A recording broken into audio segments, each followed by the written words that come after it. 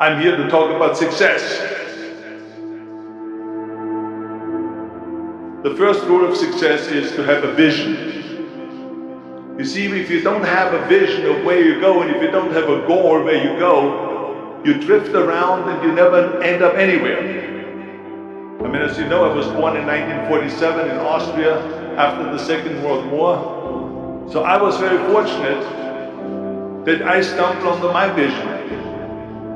And I didn't really like Austria when I grew up.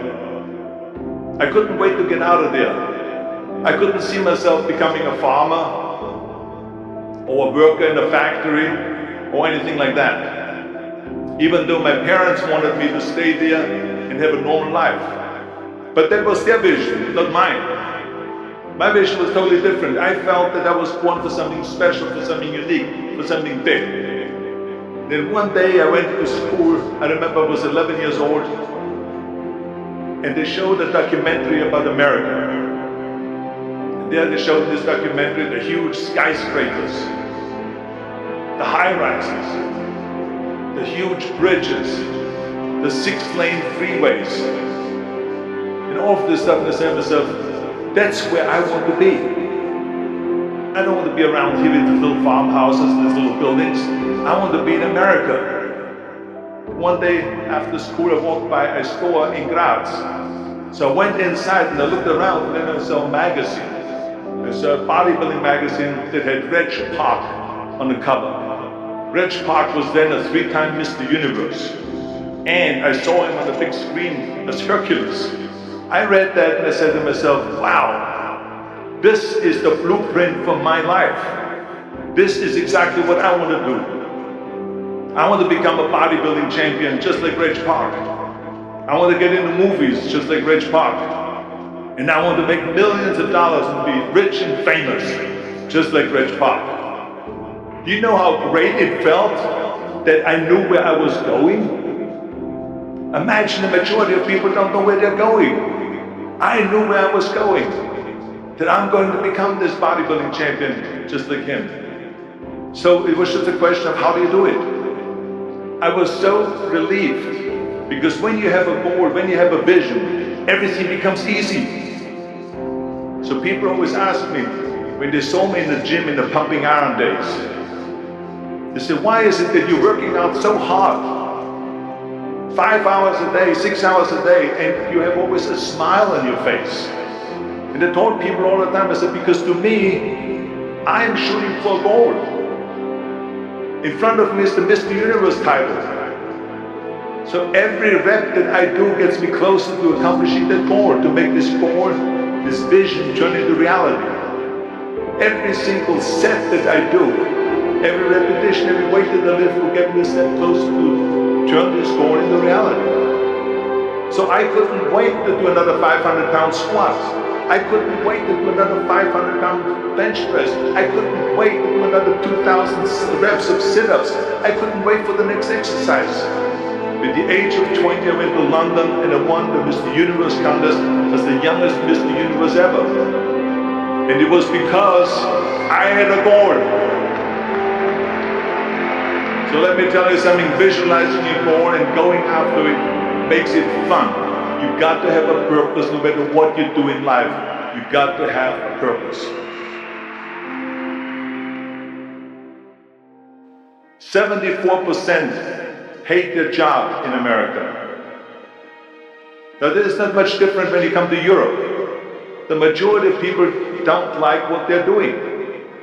Because they're really not doing it because they didn't have a goal and they followed this goal. They just aimlessly drift around and then all of a sudden there's a job opening so they get that job. Because you have to work. But then when you work, it's a chore. It's work. It's not fun. So if you think about only a quarter of the people really enjoy what they're doing in life. That is unbelievable if you think about it. So I felt so blessed that I knew what I was doing. It's like a medical student that studies and knows he wants to become a doctor. You know where to go. And the same thing is also in politics. I remember that in politics, I had a very clear vision that I will be the leader of California. That's as far as I could go because I was not born in America, so I could not run for president. So being the governor of the fifth largest state, I should say the largest state, the fifth largest economy in the world, was for me really the ultimate title, the ultimate accomplishment in politics. So even though people came up to me and says, why don't you go and run for something smaller, you're never gonna make it. I ran for governor and then 2 months later I became governor of the state of California. Again, because I had a very clear vision what I'm gonna do with California. So that's rule number one, have a vision.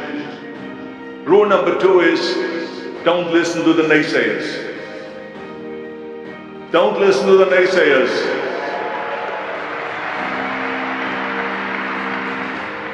Everything I ever did, the thing that I heard out of people's mouth was, that's impossible.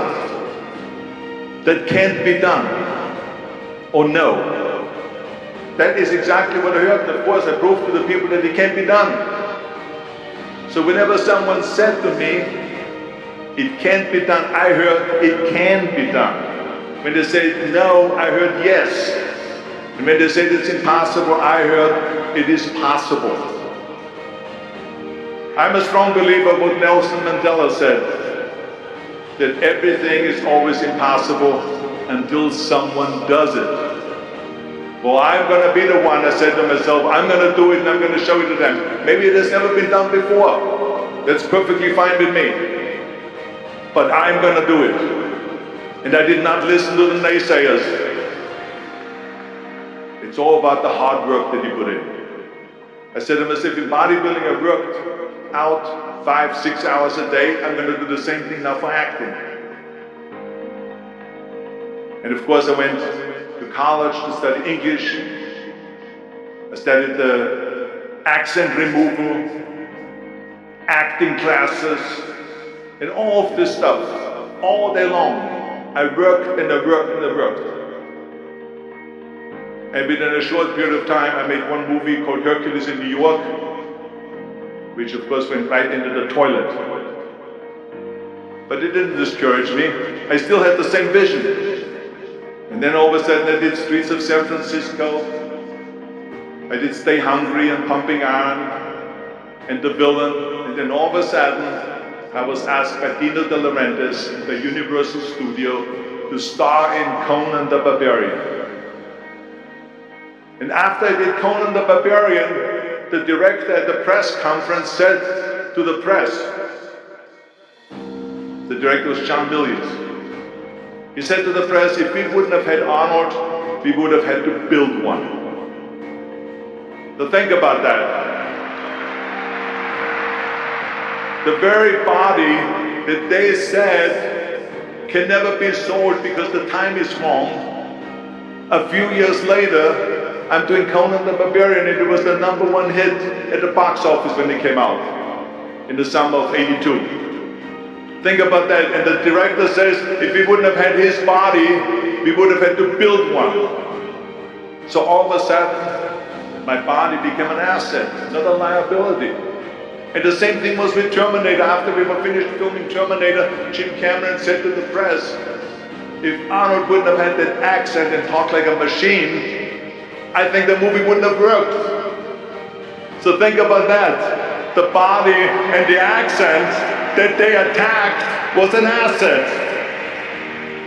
But I didn't listen to those losers. I didn't listen to them at all. It's just the reality of it is that you cannot listen to the naysayers. So it's a very important lesson for all of you. So when someone says, no, this is a stupid idea, you in your mind, you don't have to say it, but in your mind just say to yourself, you asshole. What do you know?